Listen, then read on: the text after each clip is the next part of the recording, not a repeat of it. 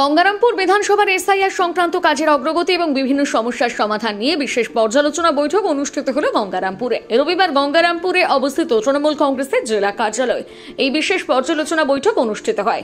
এই বৈঠকে উপস্থিত ছিলেন গঙ্গারামপুর পৌরসভার চেয়ারম্যান প্রশান্ত মিত্র, গঙ্গারামপুর ব্লক তৃণমূল সভাপতি শঙ্কুর সরকার, পাশাপাশি বিধানসভার অন্তর্গত সকল বিএলএ, ব্লক এবং টাউন নেতৃত্ব। দলের সাংগঠনিক কাজে আরও শক্তি আনতে এদিন মূলত এসআইআর সংক্রান্ত বিষয়গুলো পর্যালোচনা করা হয়। বৈঠকে উঠে আসে বিভিন্ন এলাকার মাঠ পর্যায়ে সমস্যার কথা। কোথাও বিএলওদের কাজের সমস্যা হচ্ছে, কোথায় সঠিকভাবে সমন্বয় হচ্ছে না, এইসব বিষয়ে বিস্তারিত আলোচনা করেন নেতৃত্বরা। বৈঠকে উপস্থিত সদস্যদের কাজের অগ্রগতি পর্যালোচনা ছাড়াও আগামী দিনের করণীয় বিষয়ে স্পষ্ট দিক নির্দেশ দেওয়া হয়।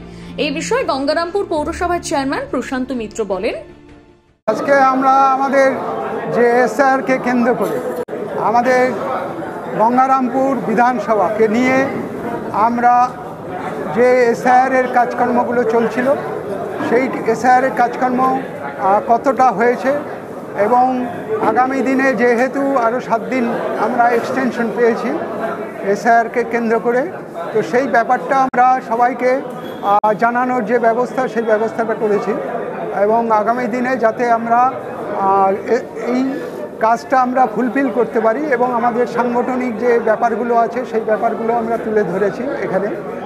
তো আফটার অল যেহেতু 26-এর নির্বাচন খুব চলে এসছে অলরেডি, তো সেই কারণে আমরা নির্বাচনকে সামনে রেখে আমরা অলরেডি এই ধরনের মিটিংগুলো শুরু করে দিয়েছি এবং আজকে আমরা প্রথম এখান থেকে শুরু করলাম, গঙ্গারামপুর বিধানসভা থেকেই শুরু করলাম।